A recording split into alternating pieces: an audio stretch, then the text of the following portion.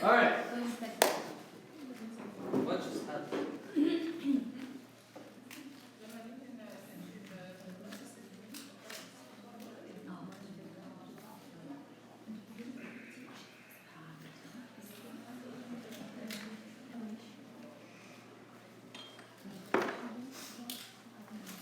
Okay. There are two things we're doing today. We're not doing a quiz as we said. We're not? I wasn't going to intentionally deceive you, but we will have a quiz next week. In the interest of time. Something else or the same thing? Cumulative. This and something else. It'll be a little bit more next week. So you're building. Just like any language, you build. What we're going to do today are twofold, two things. I'm going to do a little bit of show and tell. I'm going to show you a few things that I promised you I was going to show you last week, or the week before even. But I'll show to you today a few slides to give you an idea of why we're doing what we do, or the people that have a certain fidelity, a certain love for the language, the sorts of things they look at, the sorts of things they do, the sorts of things they know, the sorts of things they study. And then we'll start a little bit of lesson 2, which is in your hands now. We will not cover all of lesson 2 today. We're taking a little bit at a time. Okay.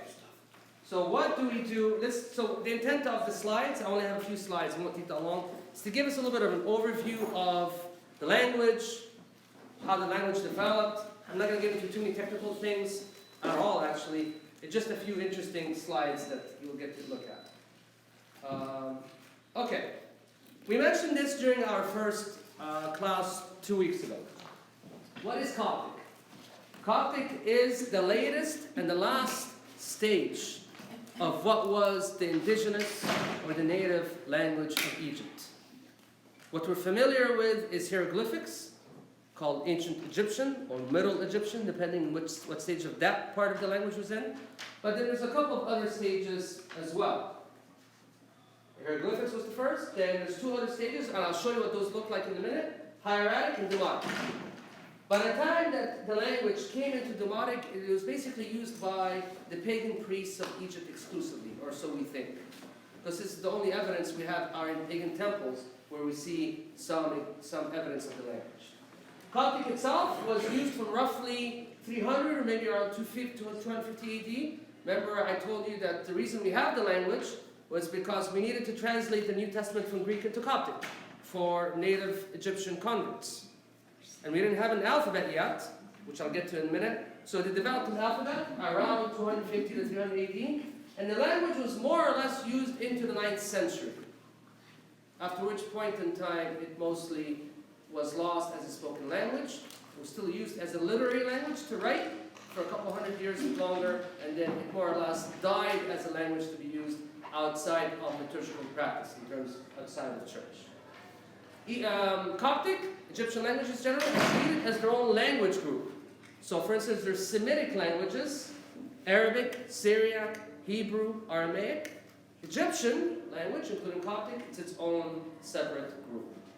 This is what hieroglyphics looks like, of course, familiar to all of us as Egyptians, especially if you've visited the country or lived in the country. This is what hieratic looks like. So if you see the difference, you went from pictorial notations to something that's a little more symbolic but very complex, much harder to use. And increasingly less and less people are using it. They were speaking the language but not writing it necessarily. And here's Demotic. Even more simplified in terms of pictorially speaking, more complex, not that much that you can do with it. And so began the obvious need to use an alphabet. And Coptic is the first stage, obviously then, the 4th stage of the language, and the first one, where a notation based on an alphabet was used. And what alphabet are we using? Greek. The Greek alphabet, with 6 additional letters that convey native Egyptian sounds. Likely, like I said, in the 3rd century, and likely needed because of the spread of Christianity outside of Alexandria and into the countryside, the delta, and then further south. Let's go over dialects really quickly. We use Bohairic in church now, Behiri, which was used primarily in the Nile Delta, northern Egypt.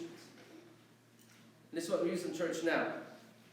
But the most widely used dialect when Coptic was used is actually Sahidic, Saidi.